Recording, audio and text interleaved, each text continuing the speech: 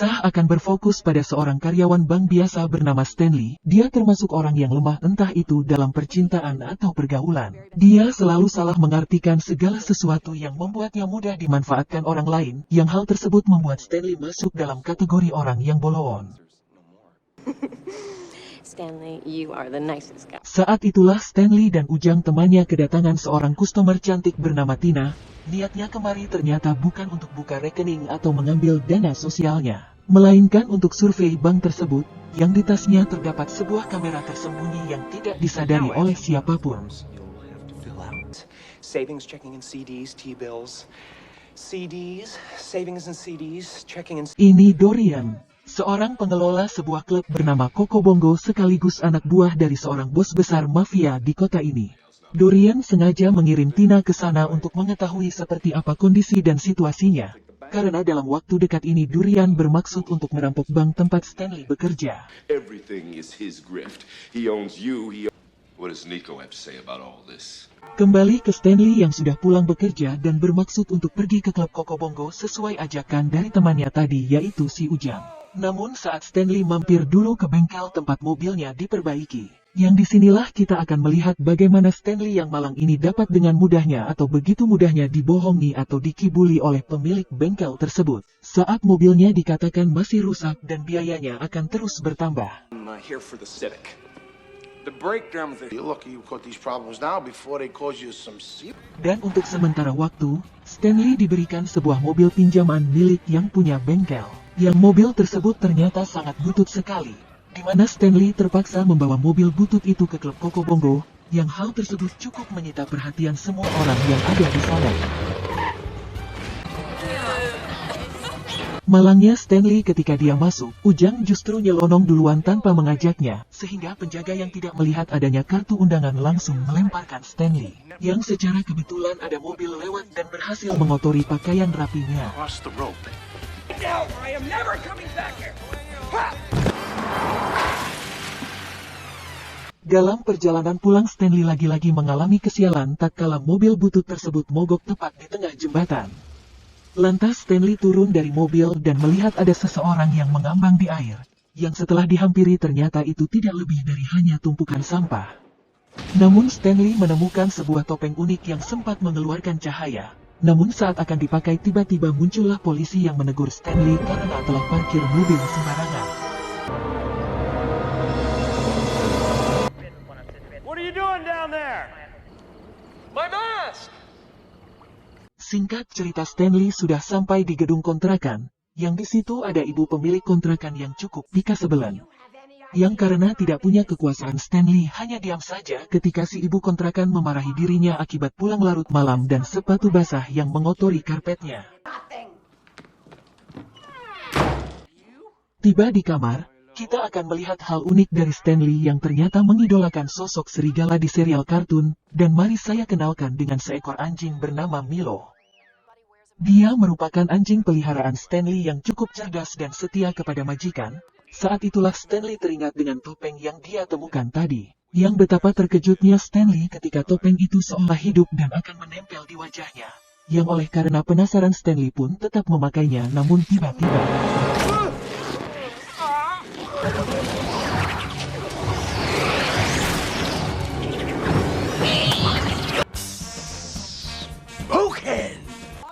Stanley berubah menjadi seorang pria berkepala hijau dengan tingkah laku yang konyol dan tidak normal. Dengan sengaja membuat suara musik yang alhasil si ibu kontrakan pun keluar dan menembaki dirinya.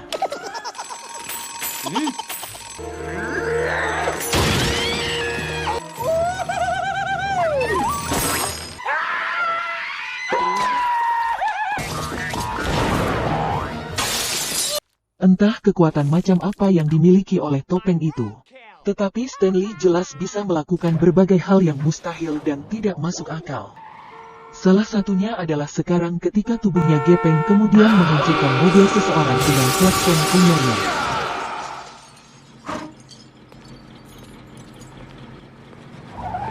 Selanjutnya Stanley bertemu dengan sekelompok pemuda berandalan yang berniat untuk mengejarnya. Namun dengan kekuatan topeng itu justru Stanley dengan konyolnya malah menjadi seorang penghibur dengan membuat mereka semua boneka-boneka balon. Yang tiba-tiba boneka gawang tersebut berubah menjadi sebuah senjata asli, yang langsung membuat mereka semua lari terbirik-birik.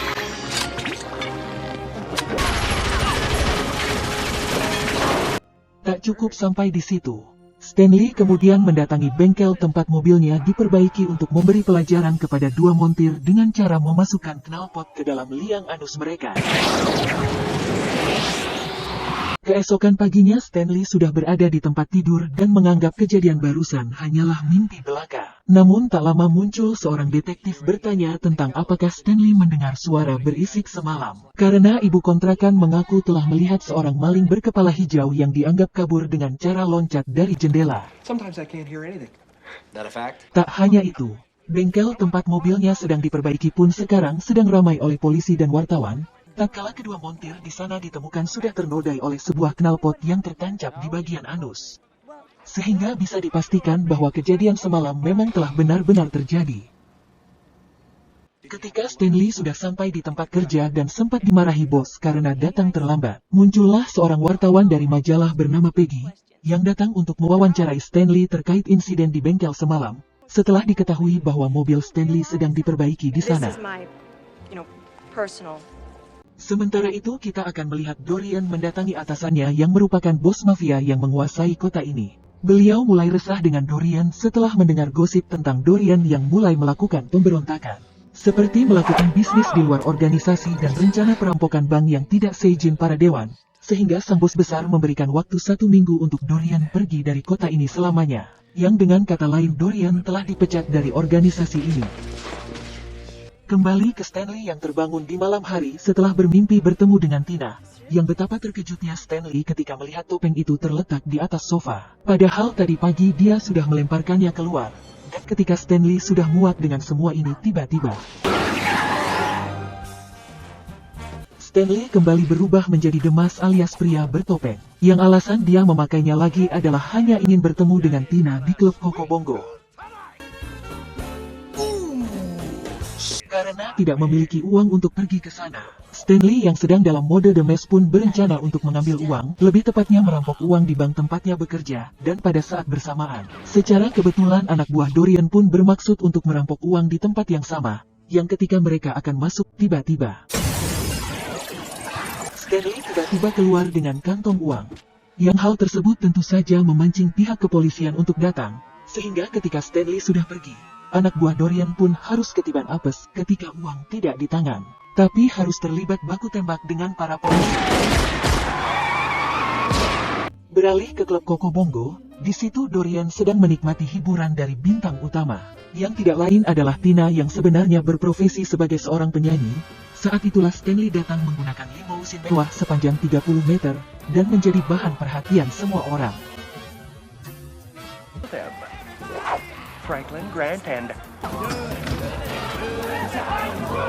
Karena saking terkesan dengan Tina, Stanley pun sampai-sampai bertingkah laku konyol seperti adegan dalam kartun, yang pada saat bersamaan Dorian pun diberitahu bahwa aksi perampokan mereka gagal, dan justru melukai satu orang kepercayaan Dorian. Dan betapa terkejutnya Dorian ketika mengetahui bahwa orang yang telah menggagalkan perampokan sekaligus membunuh anak buahnya. Ternyata saat ini sedang berada di klubnya dan sedang menari dengan kekasihnya, yaitu Tina.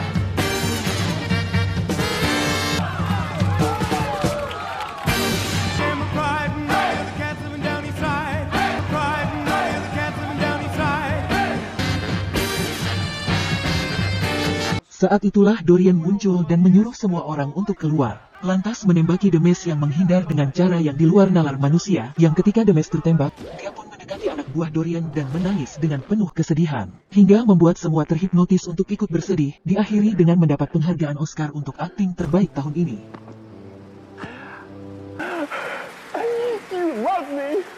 Dan tak lama muncullah si detektif dan pasukan untuk menggerebek tempat tersebut, sehingga Demes berhasil kabur dari sana. Si detektif menemukan potongan baju tidur yang seingatnya motif baju tidur tersebut pernah dipakai Stanley ketika memeriksa TKP di apartemennya. Sesampainya di kantor, detektif pun menyuruh anak buahnya untuk memeriksa data semua karyawan bank tempat Stanley bekerja, karena dia curiga jika Stanley terlibat dengan perampokan tersebut. Yang setelah melihat rekaman CCTV-nya, dia cukup dibuat terkejut dengan penampakan The Mask yang bisa bergerak sangat-sangat cepat dan memakai topeng karet berwarna hijau.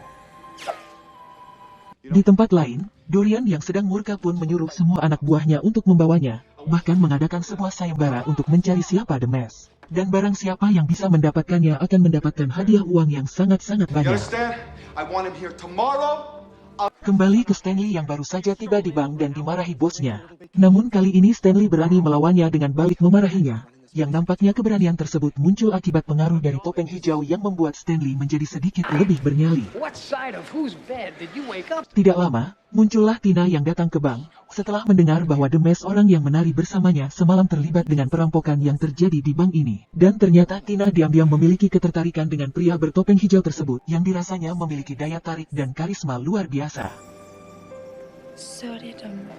Mendengar hal tersebut, Stanley sebagai The Mask tentu saja dibuat GR, sampai-sampai dia nekat mengatakan bahwa dirinya mengenal baik The Mask, dan akan mencoba untuk mempertemukan Tina dengan The Mask, malam ini juga. Sepulang bekerja, Stanley pergi ke seorang ahli sejarah dan filsafat dengan tujuan untuk mengetahui asal-usul topeng tersebut, yang ternyata topeng ini merupakan representasi dari Dewa Malam, sekaligus dewa penipu yakni Loki dari Asgard. Ketika Stanley bertanya, apakah mungkin topeng ini memiliki semacam kekuatan atau kesaktian mandraguna? Sang ahli pun menjawab bahwa yang dia jelaskan tadi tidak lebih dari hanya mitologi, yang dengan kata lain semuanya hanya kisah zaman dahulu kala yang belum bisa dipastikan 100% kebenarannya.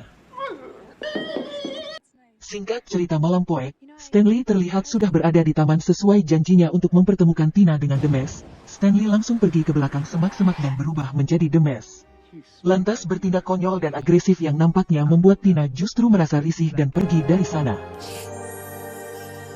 Tidak lama muncullah sang detektif dan anak buahnya, yang menyuruh The Mask untuk berhenti bergerak dengan mengatakan freeze, yang hal itu dilakukan secara harfiah oleh The Mask, yang benar-benar beku seperti es. Dan ketika anak buah si detektif sedang memeriksa saku The Mask, mereka menemukan barang-barang aneh yang tidak lazim dibawa. Dan tidak masuk akal untuk bisa masuk ke sebuah kantong celana yang ukurannya sangat kecil, seperti kacamata, boneka ayam, perangkap tikus, bungkus rokok, dan terakhir ada foto istrinya si detektif. Margaret! Yang dimana Stanley langsung kabur dari taman dan mengunci pintunya dengan rapat menggunakan sebuah rantai, tapi tiba-tiba satu hal yang menarik dengan kekuatan topeng Loki ini, selain bisa merubah penggunanya menjadi sosok yang punya kekuatan tak terbatas, topeng Loki ini juga bisa mempengaruhi alam bawah sadar orang lain, atau dengan kata lain bisa menghipnotis seseorang bahkan lebih dari satu orang. Yang hal tersebut dibuktikan dengan Stanley yang mengajak pasukan polisi untuk menari dan menyanyi sampai mereka lupa dengan misi yang sebenarnya.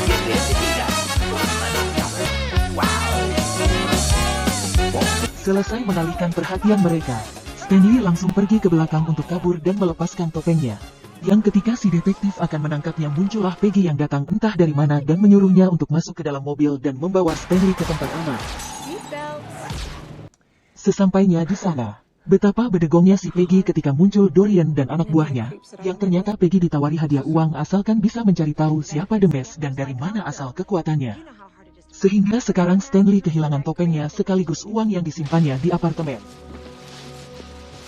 Ketika Dorian memakai topengnya, muncullah sebuah awan hitam tepat di atasnya yang menandakan bahwa topeng ini bisa mengenali kepribadian penggunanya. Di mana Dorian yang jahat pun berubah menjadi sosok dengan topeng hijau yang menyeramkan sesuai dengan hati dan kepribadian jahatnya. Ketika anak buah Dorian sedang mengambil semua uang di kamar Stanley, Milo si anjing sempat melihat majikannya tengah terikat di mobil, lantas mengikutinya sampai ke kantor polisi, yang dimana Stanley sengaja diserahkan untuk ditangkap agar Stanley tidak lagi bisa mengganggu urusannya si Dorian. Keesokan paginya, Tina pun datang menjenguk sekaligus ingin menyampaikan ketidaksangkaannya jika selama ini The Mask adalah Stanley itu sendiri, dan karena Dorian memiliki topeng Loki dan punya kekuatan tak terbatas. Tina berniat untuk kabur sejauh mungkin karena takut dengan Dorian yang semakin brutal dan tidak bisa terkontrol. Ketika Tina baru saja pergi terdengar suara teriakan dirinya, yang ternyata Tina berhasil ditangkap oleh anak buah Dorian, sehingga Stanley yang ingin menyelamatkannya meminta Milo si anjing untuk masuk ke dalam dan menyuruhnya untuk mengambil kunci sel yang ada di saku penjaga. Di sisi lain, Dorian pun datang ke Kokobongo dan di situ kebetulan sedang ada bos besar yang sudah memecatnya, yang dengan kekuatan barunya sekarang Dorian pun kebal terhadap peluru, dan justru membunuh mantan bosnya dengan cara menembakkan kembali peluru-peluru tersebut menggunakan mulutnya.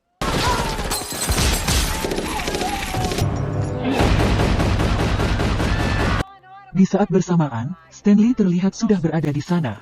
Alih-alih ingin menyelamatkan Tina secara diam-diam, Stanley justru berhasil tertangkap dan akan diikat bersama Tina untuk diledakkan menggunakan sebuah bom. Tetapi sebelum itu terjadi, Tina berhasil merayu Dorian untuk membuka topengnya dalam rangka memberikan ciuman terakhir sebelum dirinya mati oleh bom tersebut. Dan bodohnya Dorian percaya dengan hal tersebut, sehingga ketika topengnya sudah dibuka, Tina pun menendang topeng tersebut yang langsung ditangkap oleh Milo si anjing. Ketika Stanley terlibat baku hantam dengan Dorian, Milo pun dikejar oleh satu anak buah Dorian yang oleh karena terpojok, Milo tak sengaja memakai topeng tersebut dan tiba-tiba Milo berubah menjadi seekor anjing demes dengan gigi tajam yang cukup besar, untuk kemudian menghampiri Stanley majikannya untuk mengembalikan topeng tersebut. Saat itulah anak buah Dorian menembaki Stanley, beruntung dia sudah terlebih dahulu memakai topengnya. Dan ketika muncul Stanley kembali menjadi demes yang kebal terhadap peluru dan bahkan Stanley memunculkan senjata dengan jumlah yang sangat banyak, yang membuat semua anak buah Dorian lari ketakutan. Setelah selesai, Stanley langsung menghampiri Tina dan menelan bom tersebut, sehingga membuat ledakannya terjadi di tubuh Stanley. Untuk Dorian dia ternyata masih belum mau menyerah dan bermaksud untuk membunuh mereka berdua menggunakan tangannya sendiri. Tetapi Stanley segera merubah kolam kecilnya menjadi kloset, sehingga Dorian masuk ke dalam lubang kecil yang menuju langsung ke dalam sel di penjara. Setelah semua selesai, mereka pun pulang dan polisi berhasil mendapatkan pelaku perampokannya yakni Dorian yang dianggap demes, di mana Stanley yang tidak ingin ketergantungan dengan topeng tersebut, memilih untuk membuang topengnya ke laut dan hidup bahagia dengan pasangan barunya yakni Tina. Melihat Stanley bisa mendapatkan seorang wanita cantik, Ujang tentu saja tertarik ingin menjadi seperti dirinya yang kesempatan untuk mendapatkan topeng tersebut tentu saja tidak akan dibuang begitu saja karena tiba-tiba. Tamat. Ending yang cukup membagongkan. Pesan yang bisa kita ambil dari film ini adalah jangan pakai topeng karena itu hanyalah kebohongan. Manis sebelum duduk, pahit sesudah duduk. Saya Ben, beserta jajaran yang bertugas mengucapkan sampai jumpa di video selanjutnya. Amigos, siluman tutup limun.